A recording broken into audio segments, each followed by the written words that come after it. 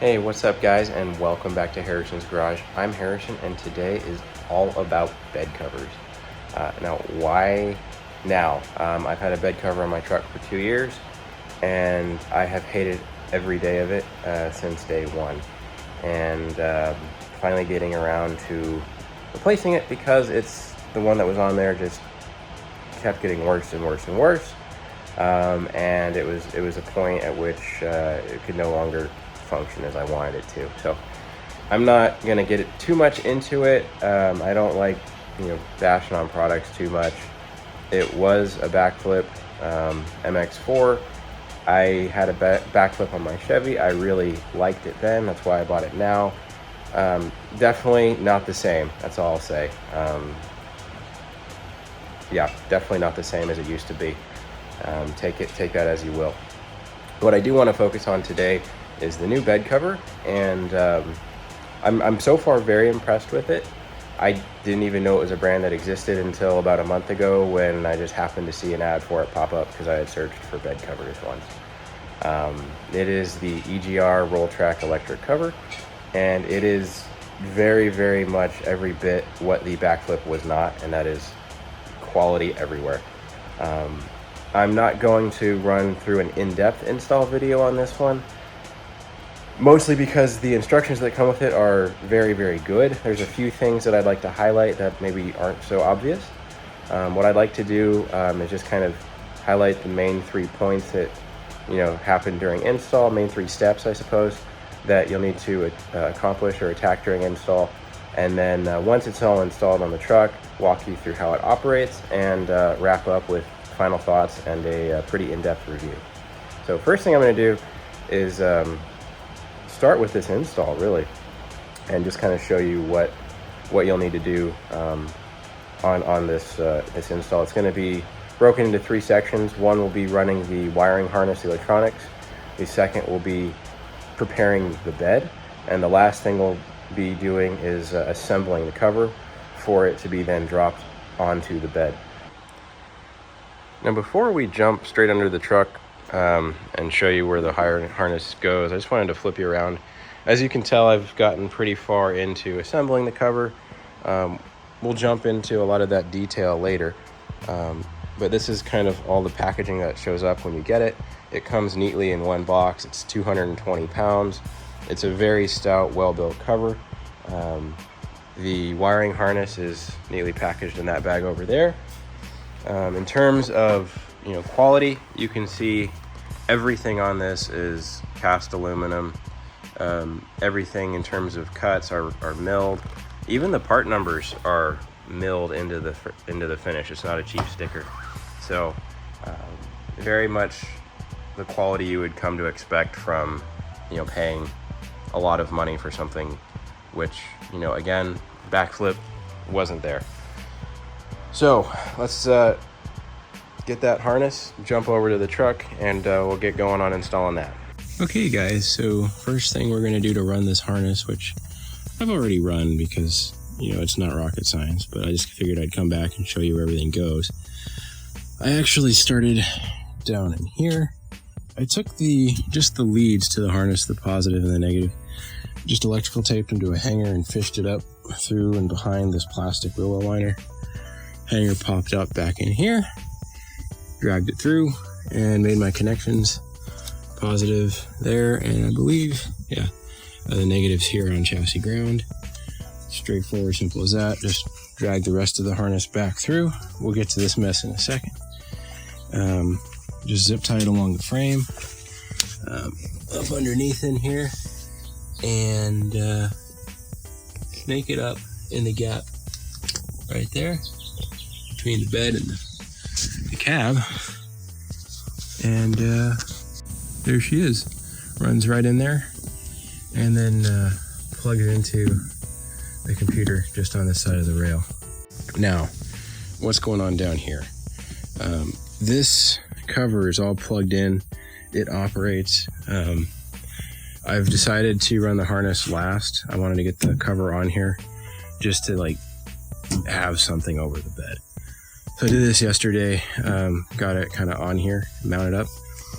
What I did was I plugged in the power to the bed cover, to the battery, plugged in that fuse, ran it to the cover motor, which you can access by, lifting up this front end. When you're trying to plug in this harness, lift this up, put a couple of blocks in between the cover and the bed rail here. 2 or 3 2x4s will do it, and it'll give you some space to make this connection. Remove the blocks, drop it back down. If you need to, you can also place a car jack in the bed at that far end and just jack up in the center of the cover because it is quite heavy. These buttons, already operate the cover, but we'll get to that in a minute. What I haven't done is connect the portion of the harness that tells this cover whether or not the truck is locked. And it controls 2 functions on this cover. One is being able to open and close it with the key fob. And 2, if my truck is locked, I don't want these buttons to work. But right now, these work all the time because it doesn't know that it's locked. So what I'm needing to do is get this out of the way, crawl under here, and take a look at this drainage port, which is what you're supposed to use in the instructions, what it calls out for you to use to run this harness through the floor pan and into the cab, under the carpet, and into the B-pillar to tap into your connection. Now, I'm unable to do that because I don't have a crew cab. For those of you familiar with the crew cab, their seats flip up, mega cab seats fold down, and in the mega cab, there's this whole assembly here that allows these seats to fold down.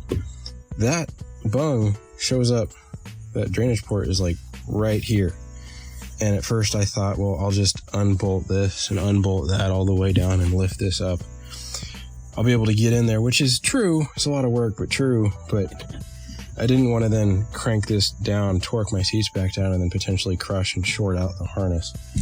So I've opted to move my hole forward, drill a new hole in the chassis, drill a new hole in the tub, I guess, the floor pan, and you can see I've done that here, just a 1 1/8 hole saw. It's the same size as the rear drain tubes, and if we look real close there, you'll see I didn't want to risk puncturing this carpet, so what I've done was if we can get under here, I've got a piece of scrap steel in here that I used as backing, and you can kind of see where my pilot bit on the hole saw made an indentation in the scrap steel, but perfectly protected the carpet. This is the same piece of scrap actually that I used when trimming the bed cup that I slipped in between the bed cup plastic and the bed rails. So the next thing I'm going to do is unclip my harness that I coiled away out of the way yesterday to drive around in today. I'm going to uncoil that, snake it through, meet back up with you once we're here. Although I think what I'm going to do before I do anything else is paint that raw steel with some epoxy primer, not epoxy, U-Pol primer, acid etch primer. And then one thing I'm really quite pleased with on this setup is these grommets. They are very, very nice and incredibly tight, so I don't have any concerns about water ingress here. Everything on this install has gone quite smoothly, kind of according to plan, except for this not working. The instructions are for a crew cab, and there is no mention of what to do if you have a mega cab, so I think my fix here should work quite well, fingers crossed. So I'm going to go ahead and spray that gap, spray that new hole, and then meet back up with you in the cab. Okay, I've gotten the hole that we just drilled in the tub sprayed with some acid etching primer. I've run this cable for the harness through it. I've got the grommet seated. Now we've got to, according to the instructions, remove this guy. I think this goes to a teeing harness for a 1500, like a 1500 truck or whatever truck it is, not this truck. My instructions are different. I have to remove this harness. We're only going to be using the orange and brown wire and disregarding the black and red wires. So there we go, that's done. We'll peel a little bit back off of the brown and the orange wire. And I'm going to be attempting to use a double T-tap here for this guy. I'm going to run orange and brown here, and I'm going to intercept the factory wires with these guys. First, we have to get access to the factory wires. So I'm going to unplug my door harness, which you can gain access to all this, by the way, by pulling off this lower B pillar trim. It literally just pulls off. There's nothing to remove, no tools needed. You have to remove the door sill down here by lifting up on it. Gives you a little clearance, but then you just remove this by pulling it straight towards you, giving it a firm grasp and pulling firmly. Remove this door harness. The side steps will fold up if you have them. There they go. Now we are to unwind this sleeve a ways. So I'll probably speed through that on camera here. Now we need to find the two green wires. There's a green, they call it green and purple, and a green and blue. Now I see green and blue, which is this one here. Okay, I see a green and blue wire here. I don't have a green and purple, but I do have a purple and green, so we're going to cross our fingers and hope it's this one. And we're going to tap into these two. So I'm going to run my tap into these guys. Probably want to go down a bit, get it kind of out of the door. Okay, so that's closed now on that. And next we can insert our brown and orange wires into the receiving end of the T-tap after we fold away the red and black wire. So I'm going to go ahead and do that and be right back with you. Okay, I have these connected, I hope correctly. I have a purple and green wire here, and then I have a green and blue wire here. I have the orange connecting to the green and blue. I have the brown going to the purple and green. All that's left is to plug it in, and I believe I need to maybe recalibrate the bed cover. But I should now gain functionality over, lock to unlock, that type of thing. So we're going to go ahead and plug this back in here. The step is deployed. So I'm just going to go ahead and test everything before it gets buttoned back up. Hopefully this will work. Alright guys, jumping back in time here. As you might have guessed or seen already, I put the harness in last but decided to show it to you first. What I'm using here is just a punch to get my hole centered. I'm going to go in now with the appropriately sized hole saw for steel. It's a bimetal hole saw with a pilot bit. I just got it off of Amazon. There's plenty on there. You can find whatever you need on Amazon there. I'm going to go ahead and get our holes drilled. I think there were something like 16 or 17 holes that I had to drill as part of the bed prep for this install. Only 4 drain holes plus the one hole in the top left of your screen there that I've already drilled. That hole in the top left is for the wiring harness. I had to drill 6 holes in the bed rail itself, which there's the bit. Pilot bit fell out. I had to drill 6 holes in the bed rail itself, simply to help come up with attachment points for the cover to clamp down and bolt to the bed. But those are all much smaller holes. These bigger ones you have to do 5 of. So we're going to go ahead, speed through the rest of these, and come back with you guys when it's time to clean up these holes.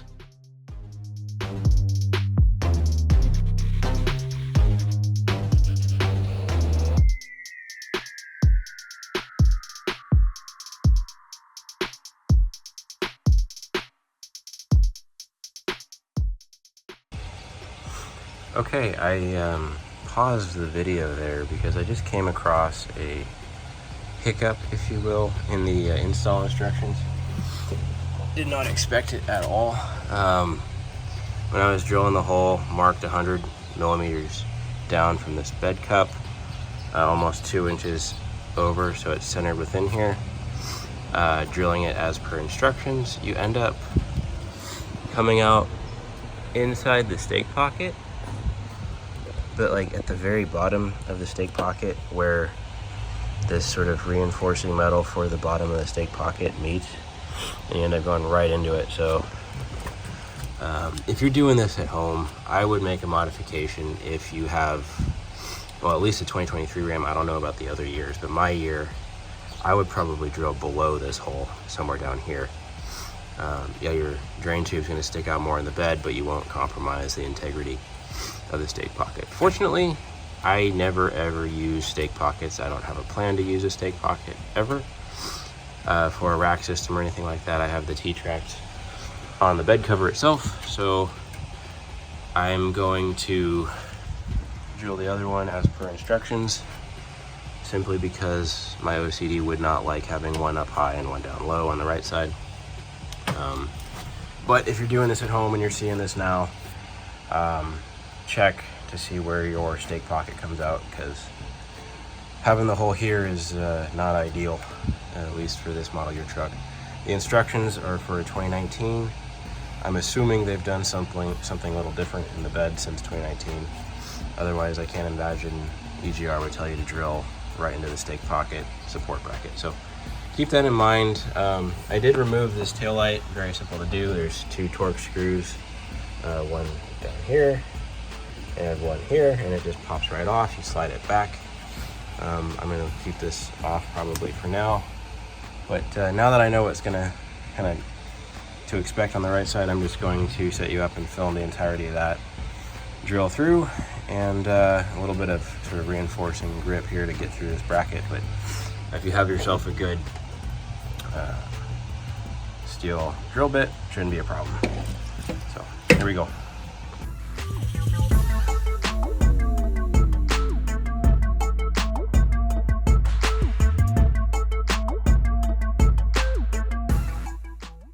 Okay, got drilled through.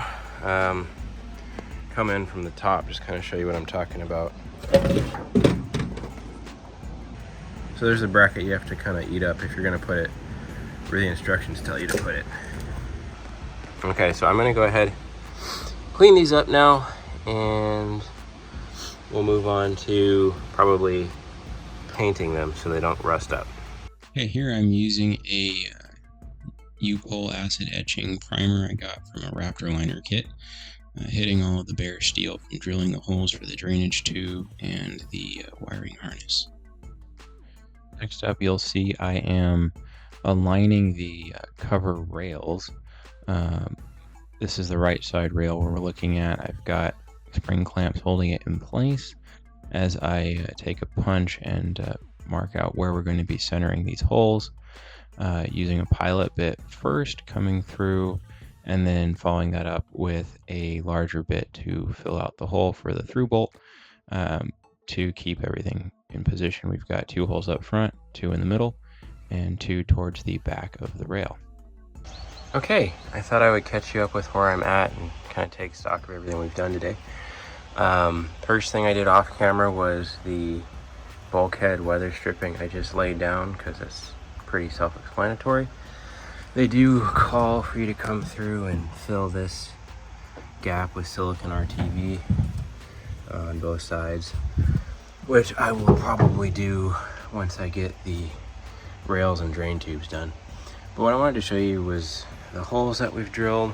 I just went through with that self-etching U-pole primer and took a brush and just brushed it in there all the way around, just to keep any rust from forming. While I'm waiting for that to set up and cure, I'm gonna go ahead now and put in the drain tubes all the way around.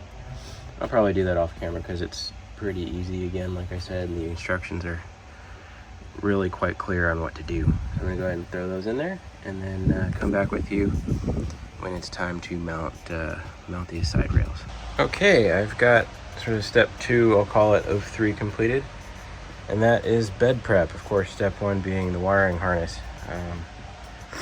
For the bed prep, we had to drill hole, I guess that hole on the top right, top left there for the wiring harness.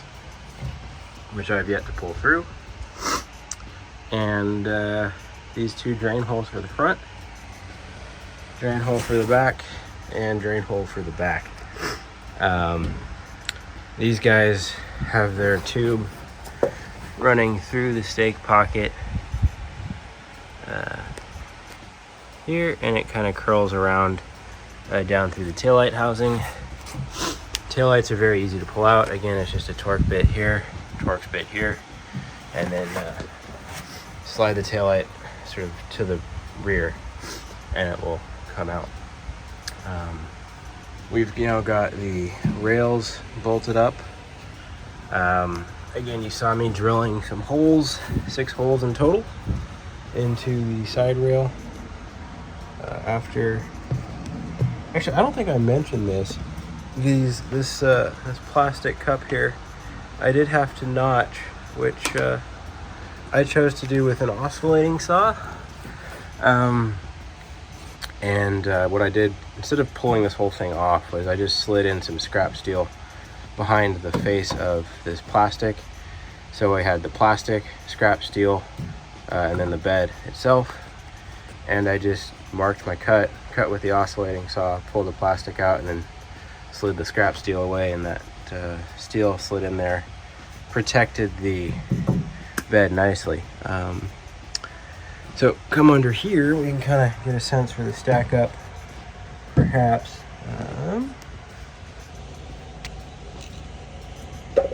There we go. So we've got our bolt, our part, and then we've got a spacer washer that we insert in between the double lip here on the tub, and then the I'll call it a tandem nut, if you will, and that's it. So pretty straightforward to bolt up.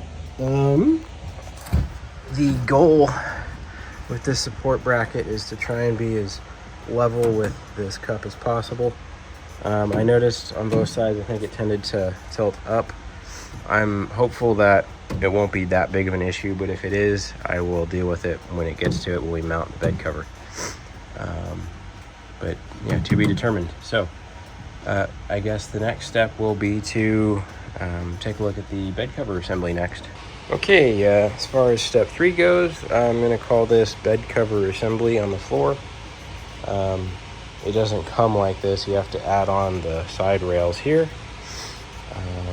First thing I'm going to say is I'm not going to go through every step involved. The instructions do that quite well. This is the manual override. I believe if you push this in, like so, it unlatches it from the motor, and you are somewhat free to, you're actually free to operate it. There's a fair bit of resistance right now because it's on the ground. If I pull it, it'll just slide, but as you can see, I pulled out a few slats. I can push it back. There we go. And if we pull this back out, it engages the motor, and we can't actually override it. So that's where that is, if you're wondering. These are maintenance ports here, and here we don't need to access that just yet. In terms of mounting these side rails to the main cover, I found that pulling out a few slats helps sort of figure out or align where this side rail should be. I came in at an angle like this, sort of 45, not quite 45, but I came in at an angle, just a little bit of an angle that allowed me to engage the slats on the tracks, but also keep this area clear of this protrusion. Once I had enough space, I just swung it back in. There's a couple of bolts to do up at first, kind of loosely. Once you get the side rails engaged on both sides, you'll flip it over, and that, I guess, flipping it up right side up allows you to mount this top cover, which you'll see when we flip it back over. There's a top cover that engages that you need to install with 5 screws, 1, 2, 3, 4, and 5 on the end. And then you flip it back upside down to engage the wiring at this point. And then install the remaining screws, which are here. The other side is symmetrical. Again, it's very well spelled out in the instructions. The only thing that was not immediately clear in the instructions, I believe, for this step here is the wiring harness on the passenger side. There is a secondary harness here that says to plug into something in here, which you can't actually see unless you come over here, undo this bolt here, pull this cowl back. There is a harness back in there, and this is the thing you're plugging in. It's a little light, dome light type thing. The other thing that wasn't obvious was the zip ties. Some of them have these plastic clips already included on them, so put those strategically where you think you'll benefit most. And otherwise it comes together pretty straightforward. There's not much to it. Now that we have the harness run, the bed prepped, the next step will be to get this lifted up and onto the truck, which they suggest having a second person for, because it is, again, quite heavy. You don't want to damage the truck. Lay out some towels, that type of thing. It's 200 pounds. So I'm going to figure out how to do that later. Of course, it'll be a second for you. But yeah, we'll go ahead and get this mounted up on the truck next. Okay guys, it is obviously a different day and I am at my office, but I had a moment, so I thought I would take the time to wrap up this review portion. Now, I've gone through, I guess, really the first chunk of this video on the install. Switch gears now, as I promised, and get to the review of this electric EGR Rolltrac cover. Okay, so here's the cover, installed, operational, ready to go. Before we get into the operation, I did want to take a few moments to touch on some issues I had with the cover itself. You'll see right here the sheen's a little different. There was a scratch on this slat from the box when I bought it. Emailed customer service. A couple days later, they offered either a discount or ship me a new one and return the old one. This thing is so heavy, I just decided I'd see what I could do with the slat. I was able to buff out the scratch. However, you can see the sheen here was a little odd. I had to use water, then water and alcohol, and then a little bit of baking soda to finally get there. I am thinking some carnauba wax will take that back to where it needs to be, sheen-wise. I did, however, find after I installed the cover, a couple more scratches you'll see right here and right here, which I have yet to buff out here and here. I asked them about those and they ignored me, so take that as you will. I know they're short-staffed. I think if I followed up, they'd work with me, but right now I'm pretty sure I can get those out and I'm not too worried about it. So that being said, that is the only negative experience I've had with this cover so far. Operationally, it's fantastic. It will open with the press of one button here. It'll roll all the way up, and you can see I've got my dog's bed in there. We're going to be doing a water test with this in there, kind of see how things, how the cover handles it in a second. Now, as it rolls up, it'll go all the way up to the front there and stop here. Now, the annoying part for me is that it leaves these 2.5 slats exposed. I was expecting this to go all the way up to this here, this front edge of this main handrail, to go right up to this cover. It doesn't. This is it. And I asked them about this, for essentially short beds on HD track, 6.5 foot beds or longer. This is as far as the cover rolls. So really what that means is, unlike the Rolltracs, any other real truck cover where you have a larger canister that goes lower into the bed, you kind of save space there by having the canister being higher up, but it obviously doesn't retract as far. I like having the composite canister over the much more easily dented aluminum canister on something like a Rolltrac cover. That's an issue I had with the Rolltracs. Now, to close this cover, simply hit this other button, the closer one to the back of the tailgate, and it will close. It closes quite quickly. If you wish to stop the closing, press the button again. If you want to open, press the open button. That'll stop it, close it. Very simple. If you would like to use the key fob, you can close the cover with the key fob. 3 clicks will open it, 3 clicks will close it. Very simple, very straightforward. So, kind of to summarize, this cover for me has a ton of pros. It's very secure, it's very heavy, looks to be very well sealed. We'll see how well sealed in a moment. Only con is basically how far it rolls up and the fact that it arrived with a couple of scratches, which so far I've either gotten rid of or fully expect to get rid of here shortly. Let's get on to the waterproof test. Okay, this cover is not yet seen water, so this is the first time for me doing it, as it will be for you watching it. Let's just start with a little bit on the top. I'm gonna go straight across, simulate rain as best we can. Simulate some high wind, sort of rain getting in through that corner. I have a suspicion this will be the most waterproof cover I've ever owned, but I could be wrong. I hope I'm wrong, or I hope I'm right. There's quite a lot rolling off the front of the cover there, down underneath, which is good. Let's see if we can't come over here a little bit, test it out on this side. It's as long as my hose will go, so can't get quite over to that corner on the front, but I think this is sort of test some tailwind rain here, see if anything gets into the tailgate. Really put it through the paces. Get along this seal on this edge, see how everything does. Okay, let's go ahead and open it up. All right, moment of truth. Wow, very dry on the back.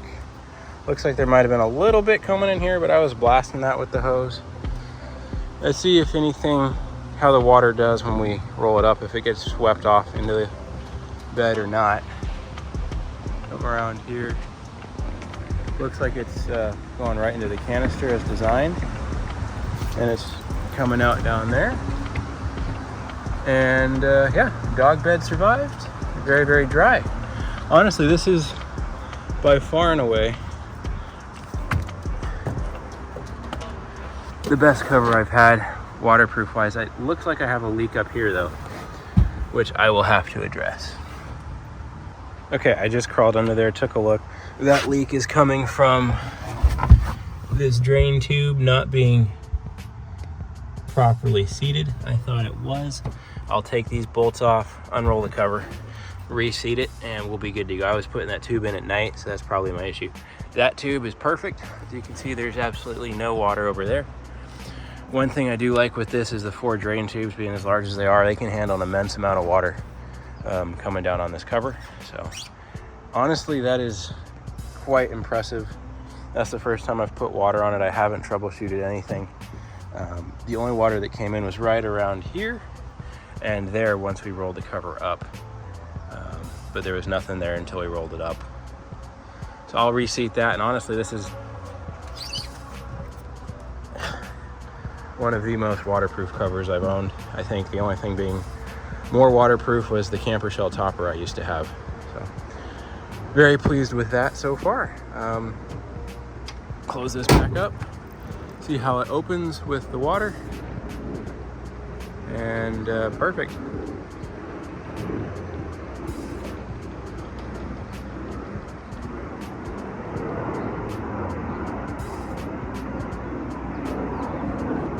Well, that worked really well. I was kind of curious to see how it would do with the waterproof test. Much better than I expected for the first test. I did not use any RTV silicone, rubber up here at all like it called for, and it doesn't look like I really needed it. Their bulkhead seal is absolutely just fantastic. They got double seals along the bed rails, double seals along the tailgate, and those all really worked. I think the only area of ingress is here, and I can probably fix that by simply lowering this bed rail and maybe that one a millimeter or 2. I was about 1 millimeter high over what the instructions recommended, so I don't think that's really the bed cover's fault. All right, guys, so that is gonna do it for my install / review of this thing. In summary, a lot of pros. It's super secure, really heavy duty, operates really smoothly, has a lot of flexibility. It works with your key fob, works with the buttons on either side of the rails. very, very waterproof, very near waterproof. Got a little water in it when we opened the tailgate. Didn't really have any until we did that. Once I get that drain plug fixed, it's not going to leak at all. Only con is it doesn't roll up as far as I would have expected. Given the canister size, I guess it kind of makes sense that it's not as deep of a canister. So that's really the only thing I would say keep in mind when you're looking to buy something like this. Also has T-tracks. So another pro there, you can put all your gear on top, all the racks that you need, so you can have bed space down below for everything for the family, bikes, kayaks, whatever, skis on top. And just another reason why I got this, because my family's not getting any smaller. So if you enjoyed this video, found it helpful, subscribe to the channel if you're not already, and as always, stay tuned for more.